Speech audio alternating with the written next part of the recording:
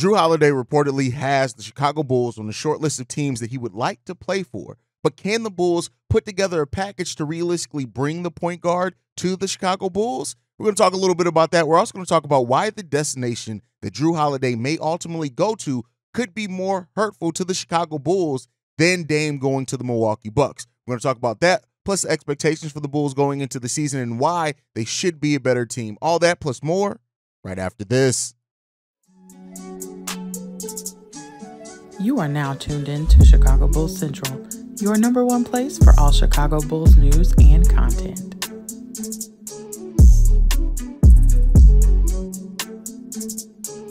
What's going on, Bulls fans? Welcome to another episode of Chicago Bulls Central, your number one spot for everything Chicago Bulls related. I'm the host, Haize, but more importantly, you guys can follow the channel at Bulls Central Pod on every social media platform we happen to be on. With that being said, let's go ahead and get into the content for today. And we want to talk about this. Like Jrue Holiday, it's now been rumored the list of teams that he reportedly would want to go to. And surprisingly enough, the Chicago Bulls are on that list. When you look at the reported list from the Miami Herald, it's the Miami Heat, Los Angeles Clippers, Los Angeles Lakers, Boston Celtics, Chicago Bulls, and the Philadelphia 76ers as destinations that are most appealing to Jrue Holiday. And when you look at that, they all make sense, right? The Miami Heat, we can talk about the fit there, the fact that they want a point guard, they have contracts and draft picks that they can move, that they were willing to move for the Dame Lillard trade, right?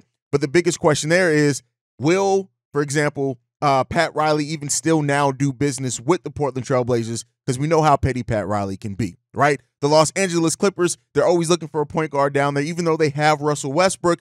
You can play Jrue Holiday and Russell Westbrook together in some lineups, and Jrue would be more so that defensive point guard that can also stretch the floor some to open it up for Kawhi and for Paul George there. That's definitely a potential. The Los Angeles Lakers are always looking for whoever's available, right? And Jrue Holiday definitely can help them out with their core down there. The Boston Celtics make sense. They have Malcolm Brogdon's contract that they can look to move. They also have a number of draft picks they also can look to move in a case like that. And then you get to the Philadelphia 76ers. If the 76ers were to try to land, in my opinion, Jrue Holiday, it would have to come via a three-team trade. They would have to try to execute that by sending James Harden to a third team. I don't know about the realistic possibilities of that happening because it seems like the league is kind of out right now when it comes down to James Harden. Now, that would leave the Chicago Bulls, right? Can the Chicago Bulls realistically put a package together? Now, I've already had a video going over this in depth on the channel, which I'll link in the description down below if you guys want to kind of check that out. But the $35 million or roughly thereof of Jrue Holiday's contract as of right now makes it almost impossible for the Bulls to move that. Like they just don't, unless they're including DeMar, unless the Portland Trail Blazers are willing to include or to take on Lonzo Ball's contract. But even then, if they're willing to take on Lonzo Ball's contract, what does the draft compensation look like, right? You still have roughly about another $12 to $13 million you need to add to that to be able to match that salary, right? And keep in mind, none of the players that we re-signed or signed can be traded until, I think, January 15th, right? And so, while I'm glad, and it says a lot that Jrue Holiday has the Bulls on his short list because the fit makes sense, right? And I know a lot of people are going to say, well, don't we have enough guards? Well, that's why it's called a trade. You would be making a trade, meaning you have to send some things out, right? But I think ultimately, Jrue Holiday is a better player than Jevon Carter, right? No, there's not even a question. The age, all that aside, like that he's a better player. He gets you so much of what Lonzo Ball gave you, right? But the fact of the matter is, I do not see the Chicago Bulls giving up future assets and any of their young players right now for what could be a one-year rental. I just don't see Kane Eversley making that investment. Now, if it could be something where it's mainly built around the Lonzo Ball contract, sending Portland's own first-round pick basically back to them, removing the protections from that pick since we have it until 2028, then maybe you can do some business, right? It would probably take giving up Alex Caruso in a case like that, maybe, right? But then you have to ask yourself, too, is like, Alex Caruso, yes, is an amazing player, and I love Alex Caruso on this Bulls team, but if you're moving Jevon Carter at that point to the bench, right, you then theoretically have that. And I saw somebody say, well, the Bulls already have a Jrue Holiday. They have Ayo Dosunmu right now. While, we made that comparisons early on, especially after Ayo's rookie year, right now, Ayo isn't 1/5 of the player Jrue Holiday is. But even with all that said, I don't necessarily see it happening. But I do think that where where Jrue Holiday could potentially go could be even more detrimental to the Chicago Bulls. The Bulls were not competing with the Milwaukee Bucks, right? The Milwaukee Bucks, even before trading for Dame Lillard, were looked at as the one, or at least top three. I think even the most pessimistic people on the Milwaukee Bucks, you still look at them as one of the top three teams in the East. They're competing for an Eastern Conference Finals and to make it to the actual NBA Finals. The Bulls aren't even sniffing that. But with the Jrue Holiday trade, because more other teams that could be in the middle of the pack could be looking to trade for Jrue Holiday, that is a trade. Those are destinations that could be more hurtful to the Chicago Bulls. You look at the Miami Heat right now, struggling, a team that's hurting, right? That lost a lot of talent, haven't really replenished a lot of it. If they land Jrue Holiday, that right there puts them above that middle of the pack. All those teams kind of fighting between that the 6th and 10th seed.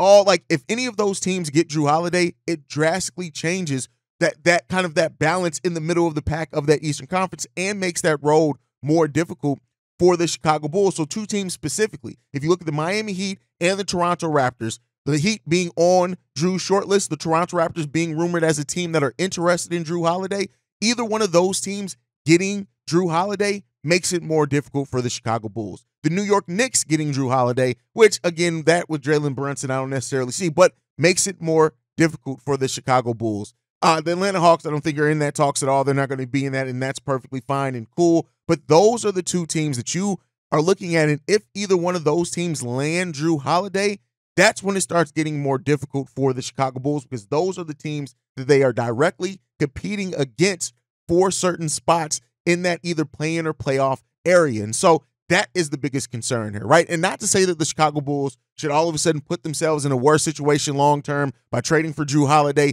and that's only if that trade does. I'm not necessarily saying Jrue Holiday himself makes the Bulls worse long-term. No, I'm not saying that at all. But I'm not saying that the Chicago Bulls should just make a deal to avoid one of the other teams getting him. But if you can make that deal, if you can bring Jrue Holiday to the Chicago Bulls, I don't care about age. I don't care about none of that. Jrue Holiday helps and improves the ceiling of the Chicago Bulls team. But you have to do it right? You cannot give up another 2 first-round picks, for example, of your own after we've sent that out in previously and we're still trying to rebound from that. I just don't see the Chicago Bulls doing that. Personally, I know some Bulls fans care less and they just want to see the Bulls go out and get Jrue. But then again, a lot of those fans also just want to see the Bulls just make a move to make a move. They've always wanted to, no matter who and what names involved. But that is the trade that could really make things a little bit more difficult for the Chicago Bulls, right? Not to say that, we still got to face the Milwaukee Bucks 4 times a year. And do not get me wrong, but I'm just saying as far as what we're competing for, the Milwaukee Bucks were always competing for titles. The Chicago Bulls are competing right now to try to make it out the first round of the playoffs. And God forbid, or God hope, that they can make it out the first round of the playoffs, right? So there's levels to this. Jrue Holiday, depending on where he goes and where some of these rumored destinations are, could be even more hurtful to the Chicago Bulls and their aspirations depending on where he goes. But hey, that's kind of my thought process on that. I want to hear from you guys down below and how you feel about it as well. But one of the things that we talked a little bit about yesterday, as far as the Bulls not feeling like a team, and some people have taken that headline and have run with it and didn't actually listen to the full interview, and that's fine. That happens. People like Casual Kelder, they do that, right? It is what it is. But when it comes down to it, right, one of the things that, and yes, it was bothersome for sure listening to that. And one of the things that I personally took away from that was that it definitely puts a spotlight on coaching as well, but you can't ignore the player part of it, right? But I want to talk about why this team should be more of a team this year and be a better team, right? On top of all of that, when you look at the acquisitions that we made, right? Torrey Craig and Jevon Carter help the cohesion of the Chicago Bulls. They help that roster fit together a little bit more. Having veteran players that are both defensive dogs that on top of that understand how to go about their role and bring three-point shooting that the Bulls desperately need. Yes, fitting in Jevon Carter and Torrey Craig to a team that didn't have a lot of cap flexibility as it is, adds and ups that ceiling of that Chicago Bulls team. On top of that, our defense should be one of the most legit defenses now. Yes, we were top 5 in defensive efficiency last season, but that was a little bit fraudulent, and I've explained why a few times on the show. For those that have not seen it, the Chicago Bulls did not fight for offensive rebounds because they rather go up and set up on the defensive side to limit transition points, which is one of the most efficient ways offensive score nowadays. So when you limit that, it's going to up your defensive efficiency absolutely. But now, having Torrey Craig, having Jevon Carter, It's definitely going to help tons with that half-court defensive efficiency. So the defense that the Chicago Bulls should be really good. Torrey Craig slotting into, for example, the role that was occupied by Javonte Green before is going to be a player that brings more legit size, that brings a little bit more toughness. Yes, Javonte Green is Javonte, and we all love him, and I wish that he was still on this team. But having Torrey Craig there now, what he does with rebounds, specifically offensive rebounds as well. He's a really good offensive rebounder, solid shooter, better shooter than Javonte Green or Derrick Jones Jr., more consistent in those areas. He's definitely going to help that. And we already talked about heavily Javon Carter being that Patrick Beverley replacement, and one that we're going to now have for the full season definitely ups that defensive ceiling for the Chicago Bulls as well, on top of that three-point shooting. But then when you talk about those two players, you're still adding to that Alex Caruso, Ayo Dosunmu, Patrick Williams, right? You're adding that to team players that are already solid defensively. Andre Drummond, right? Kobe White in the strides he's made defensively. The Chicago Bulls put together a top 5 defense last season with what we were lacking. Now we should much so even more be one of the better defenses in the NBA, and that is absolutely going to help it as well. As far as one thing that we got to talk about as well, the Chicago Bulls last year had a point differential of 1.3. That should have won the Chicago Bulls 44 games last season, right? But with the Bulls having, giving up big leads, having big shots, missed calls, all these type of things against them, we lost some of those, a lot more games than what we should have by our point differential. If that holds true this year, with the improvements that we've also made around the team, we should simply win more games. The Chicago Bulls should theoretically win about 5 or 6 more games than what they should. Now, that's on paper, right? But it depends on how the team has to come together, how they bond together. And that is why this training camp period is one that's so important for the Chicago Bulls, right? And we've talked about it, development being a big part of it as well, but building that team identity, right? Feeling more like a team, having more cohesion with that team, having more execution, right? Having pieces that fit better and just help kind of some of the odds and ends things on this team fit a little bit better together. It's definitely going to take this team to the next level, and that is one. And keep in mind, next level for this team. By that, I'm hoping that means avoiding the play-in, right? I just want to put that in perspective. This team has work that they have to do, but we have talent here, and I didn't even mention Zach LaVine starting off the season fully healthy. Hopefully, DeMar DeRozan is fully healthy this season, doesn't have the hamstring injury that he had late in the season, right? And if this team has the relative health to their core that we had last year, right, with the improvements that we've made around this core, the Chicago Bulls team should win more games, but we need to see that identity built by this team, right? And we'll end up seeing that. There are still tons of legitimate questions around this team, questions about how this team is going to compete with other teams, how they're going to match up, how are they going to balance that out on offense, right? Does Billy Donovan change the scheme any, right? These are things that we need the answers to, and hopefully we'll see, right? We actually, I think, start off our preseason against the Milwaukee Bucks. So we're going to get to see the new look Milwaukee Bucks first, right? Yes, albeit in a preseason game, but this Bulls team has more fight than what I think a lot of people are giving it. And I understand why Bulls fans, hell, I work with one in Steve-O, my little brother, who's just so down on this team right now. And I understand it to a degree, right? But I think that this team is going to surprise some people. And I think this team is going to hopefully be a team that we can be more proud in the way that they can compete. And that right there could be something alone that wins the Bulls more games, right? That level of competition. That heart that you have as a team, that collective chip on this team shoulder that they've always been better when they have. These are things that we need to see from the Chicago Bulls, right? We need to see that. There's no excuses for it. And if not, it's time. It's time to start looking at changing the core some. A full rebuild, no, right? We've talked about this, and people can say what they want to say.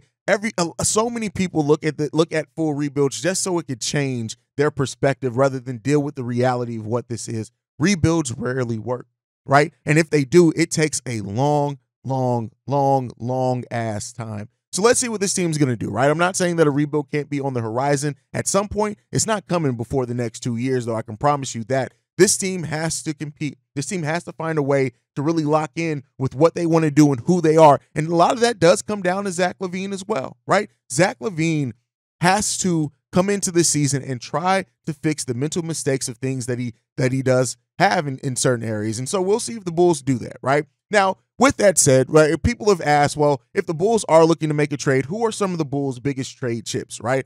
And you have to look at DeMar DeRozan and Zach LaVine right away if the Bulls are looking to do something major. But outside of that, which I don't think they'll be looking to do something that huge outside of that, really the Bulls' biggest trade assets is the